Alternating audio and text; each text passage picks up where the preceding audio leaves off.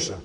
Y fue Lorna Wynne, en el año 81, que dijo, pero estas son las dos mismas cosas, esto es un continuo. Lo que uno decía que era una cosa y otro decía que era la otra, se complementan el uno con el otro. Y ahí es donde ella, Lorna Wynne y Judith Gould, en Inglaterra, empezaron a hablar de la tríada, de tres cosas. Decían, lo que tienen en común unos y otros, los que dijo Kanner y los que dijo Asperger, es que tienen unas anomalías en la interacción social. No les sale bien la comunicación y tienen unos intereses especiales. Y estos fueron los tres síntomas que Lorna Wynne unió. Y desde ahí estamos hablando de espectro, desde Lorna Wynne, que dijo esto es un continuo, donde uno está en un lado y otros en el otro. Ustedes saben los TGDs. En los TGDs hablamos del trastorno autista, del trastorno de Asperger. El trastorno de Asperger es un trastorno de autismo con inteligencia normal y con desarrollo del lenguaje normal. Les digo esto porque hay gente que dice al revés, dice que el autismo es un trastorno de Asperger con lenguaje alterado y con inteligencia disminuida.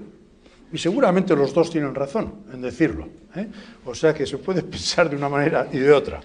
El trastorno desintegrativo infantil es un trastorno afortunadamente muy infrecuente. Estos son niños que desarrollan normal durante los primeros 2 años, absolutamente normal, demostrativamente normal, es decir, que hay evidencia que es normal, y luego pierden sus competencias. Y luego nos pasa una cosa, esos son los tres grandes.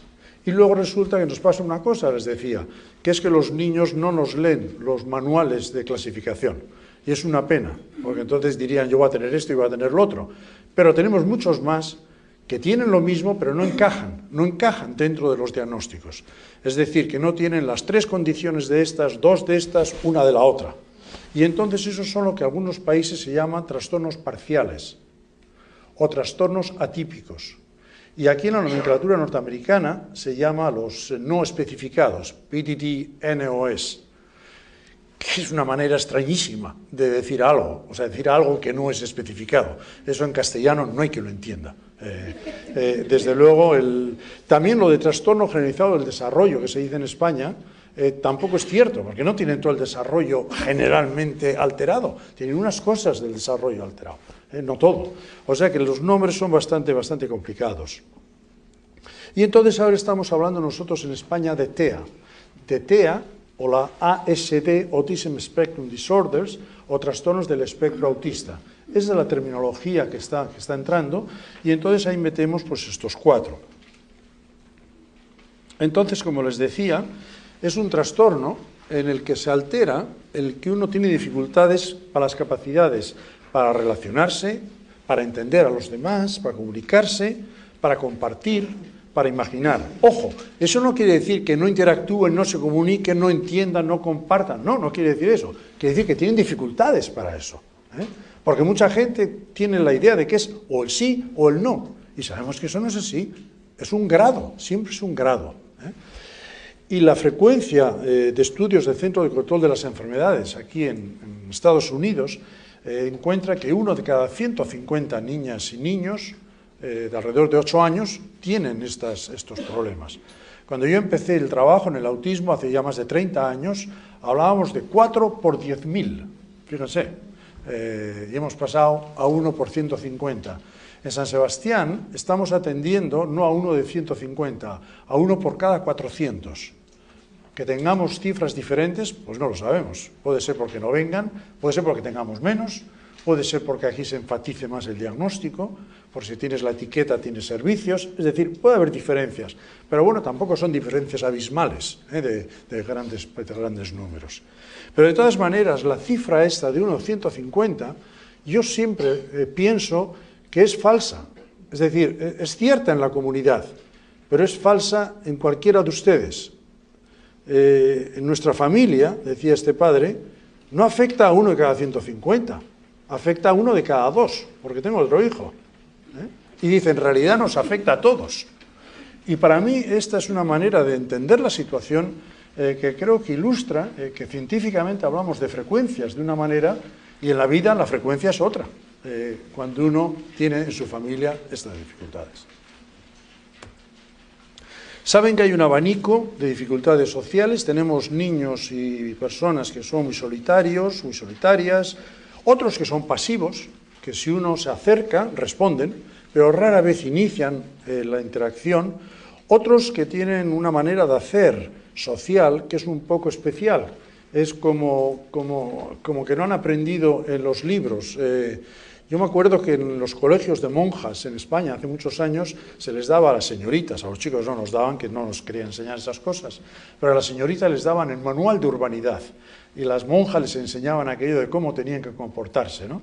Y era como una guía de comportamiento social. Bueno, pues muchos de los trabajos que hacemos con las personas con autismo es darles esa guía de comportamiento social que daban las monjas antes. El otro día, hace 2 meses, menos un mes, en Toledo, en España, tuvimos una conferencia en la que vino una joven con autismo de Inglaterra, y ella era muy gráfica, decía, a mí es que no me sale de aquí, cómo hacer las cosas, cómo hablar, cómo relacionarme. A ustedes sí que les sale de aquí, y a mí es que no me sale de aquí, ¿no? Yo tengo que aprender, yo puedo aprender, pero me tienen que enseñar, porque no me sale de aquí. Y creo que fue muy bonito como lo explicaba. A nivel de comunicación, tenemos 1/3 aproximadamente que no habla, y a diferencia de muchos niños con sordera que no hablan, estos niños, estas personas, no compensan con gestos. Muchas personas que no hablan no callan con los gestos, tanto el tiempo gesticulando, haciendo mímica, y estas personas no. Lo que quiere decir es que el problema no es simplemente de hablar, es un problema de comunicar, de hablar verbal y no verbal. A veces sí que hablan, pero solo cuando les interesa, lo que les interesa para lo que quieren, no para lo que quiero yo, para lo que quiere él. Y otras veces, sin embargo, repiten, y repiten mucho de una manera que a veces resulta pues comprometida. No sabemos muy bien por qué repiten las cosas.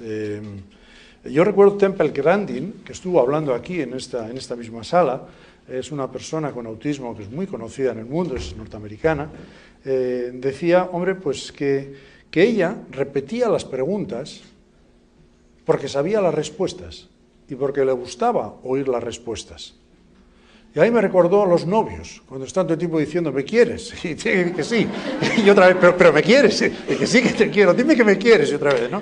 Que le gusta oír la respuesta, pues algo así. Es decir, es como la seguridad, el tener seguridad de que conozco la respuesta y me encanta que me digan esas cosas. Y para nosotros, pues a veces es difícil entender esa tendencia a repetir.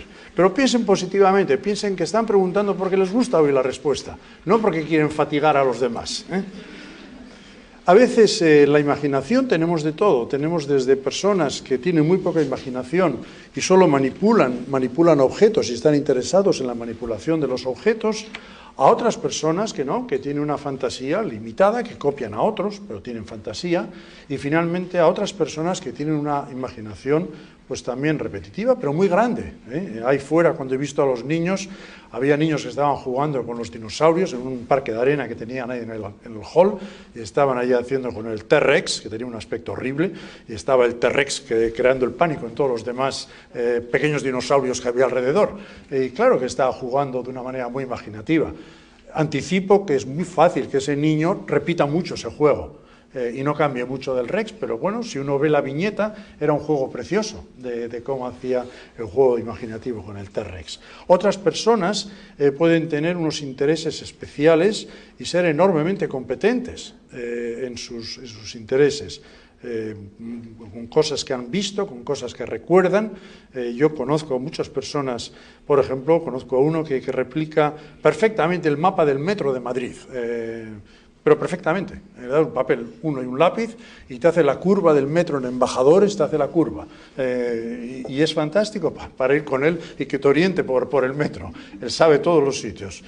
Otras personas pueden saber, pues en general, cosas no personales, aunque nosotros tratamos de que sean personales. Yo recuerdo un muchacho en San Sebastián que le encanta la música y sabe toda la lista de los 40 principales. Seguro que tienen aquí también los top 40s.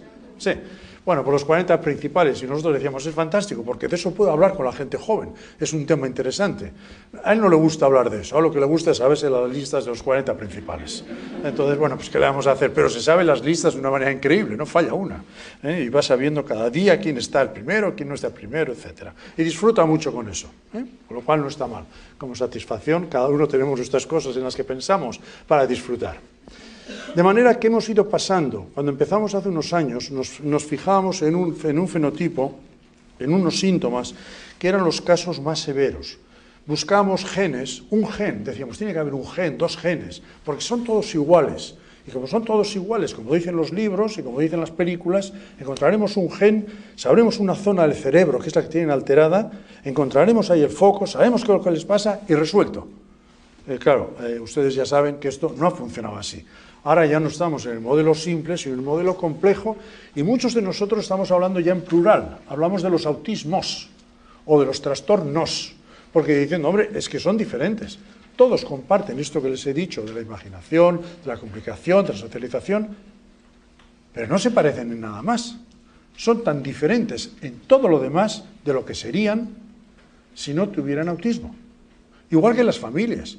Ustedes son tan diferentes entre sí como serían si no tuvieran un hijo con autismo. Comparten únicamente el autismo. En todo lo demás somos todos diferentes. De manera que eso hay que pensar que es así. Y entonces lo que estamos viendo es que hay una variedad, un cuadro muy distintos de unos y a otros. Pero además ahora sabemos que no es una foto fija, sino que van cambiando en el tiempo. De manera que el que quiera algo muy sencillo ya puede dedicarse a otro tema, porque esto no es sencillo. Hay una gran variedad y van evolucionando. Afortunadamente, la gran mayoría favorablemente, pero van cambiando con el tiempo.